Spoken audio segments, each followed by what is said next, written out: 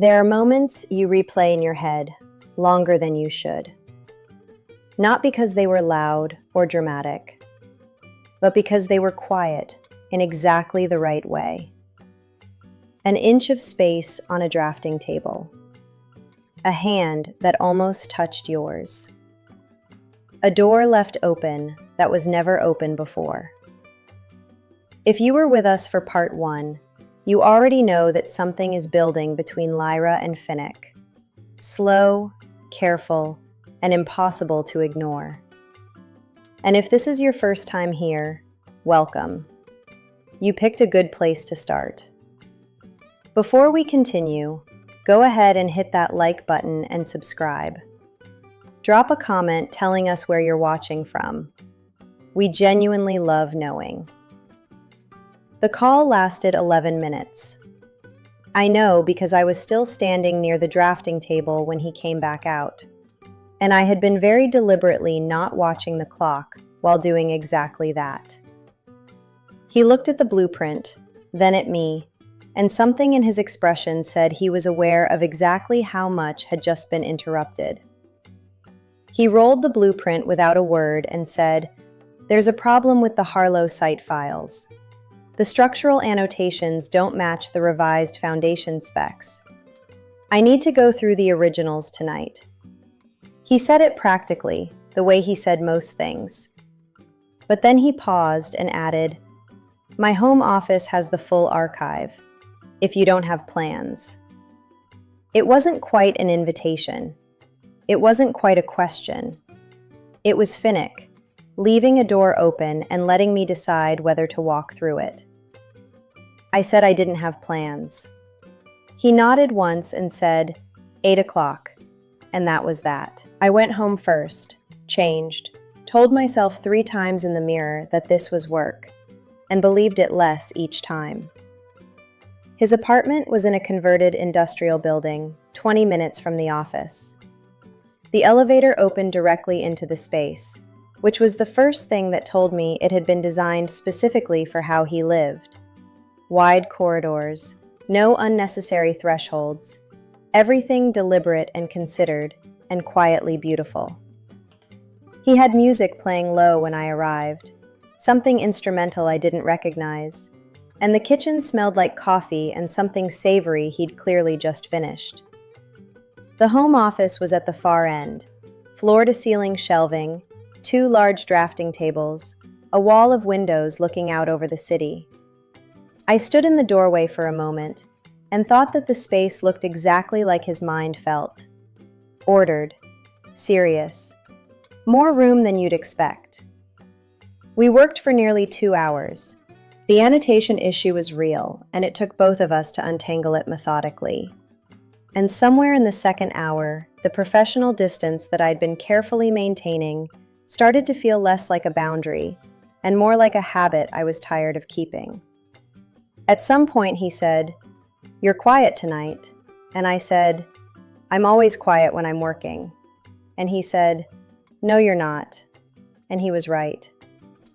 I looked up and he was watching me with that steady, unhurried attention that I had never quite gotten used to, and the music was still playing, and the city was lit up behind him, and I was suddenly very aware that we were alone in his apartment, and neither of us had mentioned leaving. "Finnick," I said. I didn't have a sentence planned for after his name. He didn't seem to need one. He moved closer, that deliberate, unhurried way he did everything. And when he reached up and tucked a loose strand of hair away from my face, his fingers brushed my jaw so lightly it could have been accidental. It wasn't accidental. "I meant what I said," he said quietly, "about your instincts." I couldn't tell if we were still talking about work. I didn't think we were. And then he kissed me, slow, certain, like a decision he'd already made and was only now acting on. And I stopped thinking about much of anything at all. The kiss didn't last long enough, and lasted exactly long enough at the same time. When he pulled back, he didn't go far, just enough to look at me, close and unhurried, like he was making sure I was still there. I was very much still there. My hand had found the front of his shirt at some point without me deciding that, and I was aware of the warmth of him under my palm, and the fact that my heart was doing something completely unreasonable for a Tuesday night. "Okay," I said, which was not the most articulate thing I had ever produced. Something shifted in his expression. Not quite a smile, but the closest thing to one I had seen from him yet. "Okay," he agreed, quietly, like it meant something more than the word. We didn't go back to the blueprints. We moved to the living area instead, and he made coffee neither of us really needed, and we sat across from each other in the low light of his apartment and talked in a way we never had at the office. Not about work, about the city, about a building he'd seen in Copenhagen before the accident that had changed the way he thought about negative space. About how I'd almost studied landscape design before switching to communications because my mother thought it was more practical, and I was 20 and still making decisions based on what other people thought was sensible. He listened the way he did everything, completely, without interrupting, with that focus that made you feel like the only thing in the room. It was more unsettling in a personal context than a professional one. At some point, I asked him about the accident. Not directly, I wouldn't do that, but I said, "The Copenhagen trip, when was that?" And he understood what I was actually asking. He was quiet for a moment. 4 years ago, he said. 8 months before. He didn't elaborate and I didn't push, but something passed between us in that silence that felt more honest than most conversations I'd had in years. It was close to midnight when I said I should go. He didn't argue, which I appreciated. And he didn't do the thing people sometimes do where they manufacture reasons for you to stay. He just walked me to the elevator and stood in the open doorway while I waited for it to arrive. "Lyra," he said when the doors opened. I turned. He looked at me for a moment with that same steady attention, and then said, "I don't do this." "I know," I said. "Neither do I." The doors closed. I rode down 17 floors with my back against the elevator wall and my eyes on the ceiling and a feeling in my chest that was warm and complicated and slightly terrifying. By the time I got to my car, I had already decided that whatever this was, I wasn't going to be careful about it. That decision felt like freedom for exactly 4 days. And then Dana called me into her office, closed the door, and said something that made the floor feel less solid than it had that morning. Dana's office had a different energy than the rest of the floor. Warmer, more curated, with framed sketches on the wall that I recognized as early Ives & Co. concepts from before the firm had a name. She gestured to the chair across from her desk and sat down with the kind of composure that told me she had thought carefully about what she was going to say before saying it. She started with the firm, how much it meant to her, how hard they had both worked to build it into what it was. I listened and waited because I knew that wasn't the actual conversation yet. Then she said, "I like you, Lyra. I want to be honest with you because of that, not in spite of it." I kept my expression steady. "I know something shifted between you and Finnick," she said. "I'm not asking you to confirm it. I just want you to understand something about him that took me years to learn." She paused. "He pulls people in. He doesn't mean to, but he does. And when things get too close, too real, he finds a way to create distance. Every time. Without exception." I thought about the elevator, the way he'd said my name. "I don't do this." "I appreciate you telling me," I said. "I do. But I'm a grown woman, Dana." "I know that," she said. "I'm not protecting you from him. I'm asking you to think about what happens to the team if this becomes complicated. You're the best assistant he's had. I don't want to lose that." She said it evenly, without malice, and somehow that made it worse. I walked out of her office and went straight to the bathroom and stood at the sink with the water running cold over my wrists and told myself to think clearly. The rational part of me heard what Dana said and recognized the validity of it. The other part, the part that had spent 2 years making itself smaller, recognized the pattern of someone else deciding what I could and couldn't handle. I went back to my desk. Finnick was in a meeting. When he came out an hour later, he stopped near my desk the way he sometimes did now. A new habit that had developed without either of us naming it. "You're quiet," he said. "Dana talked to me," I said. I watched his face. Something moved through it. Not surprise, more like resignation. The look of a man who had been here before. He was quiet for a long moment. Then he said, "What did she say?" "That you pull people in and then create distance." He looked at me steadily. "She's not wrong," he said, "about the pattern." It was the most honest thing he'd ever said to me, and it landed like a stone in still water. "I know," I said. "So what are you going to do about it?" He didn't answer immediately. He looked at me for a long moment with something unguarded in his expression that I hadn't seen before. And then he said quietly, "I'm still figuring that out." It wasn't enough, but it was real. And that night, when my phone lit up with his name at 10:45, I picked up before the second ring. He didn't say much when I answered, just, "Are you still up?" And when I said yes, he said, "I want to explain something, not over the phone." I could have said no. The rational version of me that had stood at that bathroom sink 3 hours earlier probably should have said no. I said, "Give me 20 minutes. His apartment was quieter at night, the city lights doing something softer through the floor-to-ceiling windows. He had a glass of water waiting on the counter for me when I arrived, which was such a small and specific thing that it made my chest tighten in a way I wasn't prepared for. We sat in the living room, not the office this time, and he was still for a moment in the way he got when he was choosing his words carefully. "Dana was right about the pattern," he said. "I'm not going to pretend otherwise. After the accident, I spent a long time making sure nothing got close enough to matter. It was easier than the alternative." I didn't say anything. I let him finish. "You're different," he said. "Not because of anything dramatic, just because you never treated me like something that needed to be managed. And I didn't know what to do with that at first." I looked at him across the low light of the room. "What do you know what to do with it now?" I asked. He leaned forward, elbows on his knees, and looked at me directly. "I know I don't want to create distance this time," he said. "I know that much." It wasn't a declaration. It wasn't a promise. It was Finnick being exactly as honest as he knew how to be, which I was beginning to understand was more than most people ever got from him.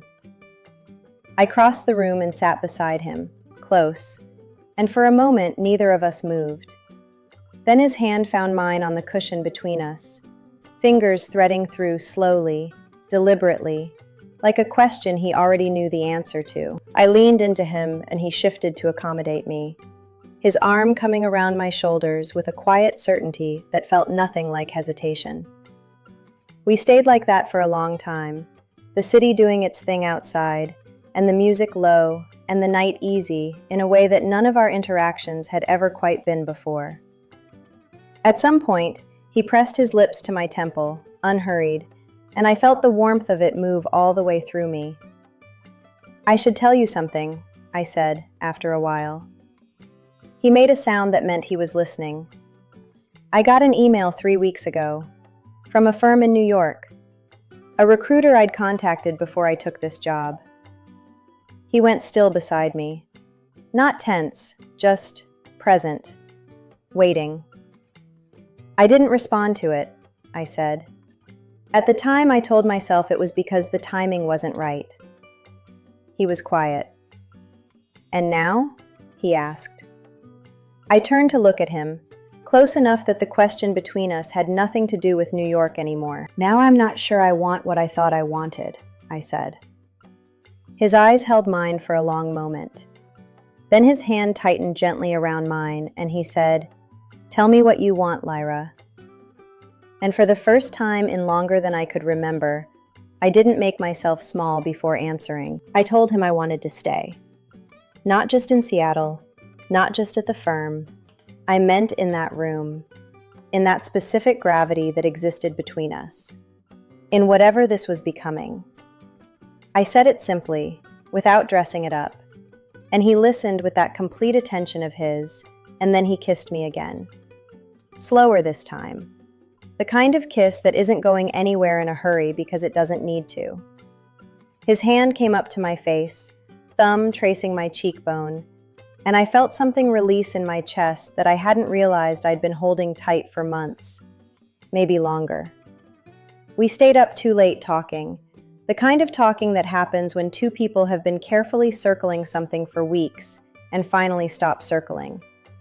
He told me about the accident in more detail than he had before. Not the clinical facts, but what came after. The 18 months of rebuilding. The specific grief of losing a version of yourself that you hadn't finished becoming yet. The way the firm had kept him sane because it demanded everything and left no room for anything else. I didn't offer comfort in the way people usually do, with reassurances and softened expressions. I just listened. And I think that was the right thing. Because at one point he said, "You don't look at me differently when I talk about it." And I said, "Why would I?" And he was quiet for a moment, in a way that told me other people had. I got home at 2 a.m. and slept better than I had in months. The following week at the office was different, in ways that were both visible and invisible. Visible. He said good morning every day without exception now, and once brought coffee to my desk instead of the other way around, which made Priya raise both eyebrows across the room without comment. Invisible. The way he looked at me during meetings, steady and private, a look that belonged to a different context than the conference room, and we both knew it. It was a Thursday when the New York firm called directly. I let it go to voicemail, listened to it at my desk with one earbud in, and then sat with it for a moment. Senior creative director. Significant salary. The kind of opportunity that a year ago would have felt like rescue. I deleted the voicemail and went back to the Harlow file. I didn't tell Finnick that day. I wasn't ready to make it into a conversation yet, because part of me knew that once it was a conversation, it became real in a different way. A decision with weight and consequence, and the specific vulnerability of admitting that someone else had become part of how you made choices. Friday evening, he asked me to stay after the team left, said he wanted to show me something on the Harlow project. When everyone was gone and the floor was quiet, he pulled up a revised rendering on the large screen, and I stood there looking at it, something tightening slowly in my throat, because I recognized something in the way the spaces were arranged, something that looked, in structure and intention, exactly like how it felt to finally stop being small. I turned to look at him. He was already watching me. "When did you start this revision?" I asked. He held my gaze. "About 3 weeks ago," he said quietly. 3 weeks ago was the day I stayed late without being asked. I didn't sleep much that night. Not because anything was wrong, but because something was very right, and my brain hadn't caught up with it yet. He had started that revision 3 weeks ago. 3 weeks ago, I was still telling myself it was just a job, still filing away moments I wasn't ready to name, still carrying the old habit of not trusting what felt good. And he had been at his drafting table, quietly building something that looked like the way I made him feel. I got to the office early on Monday with a decision already made, which was unusual for me. I was someone who circled things, who weighed and reconsidered and waited until the timing felt safer. But I had spent enough of my life waiting for safe. I responded to the New York firm before 9 a.m. I thanked them genuinely, told them the timing wasn't right, and closed the email before I could second-guess it. It felt clean, like setting something down that you'd been carrying out of habit rather than need. Finnick came in at 9:30, and stopped at my desk the way he did now. A habit so established it felt like punctuation in the day. I looked up and said, "I turned down New York." He went still. "When?" "This morning." He looked at me for a long moment, and I could see him choosing between the version of himself that would say something measured and careful, and the version that was still learning how to just be in something without managing it. "Why?" he asked. It was a real question. He wanted the real answer. "Because I don't want what's there," I said. "I want what's here." The office was quiet around us, early enough that most of the team hadn't arrived yet. He reached across my desk, and his hand covered mine. Just briefly, just enough. "Okay," he said, soft and certain. That word again, carrying more than its syllables. The day moved the way good days do, full and purposeful and underscored by something warm that didn't need to announce itself.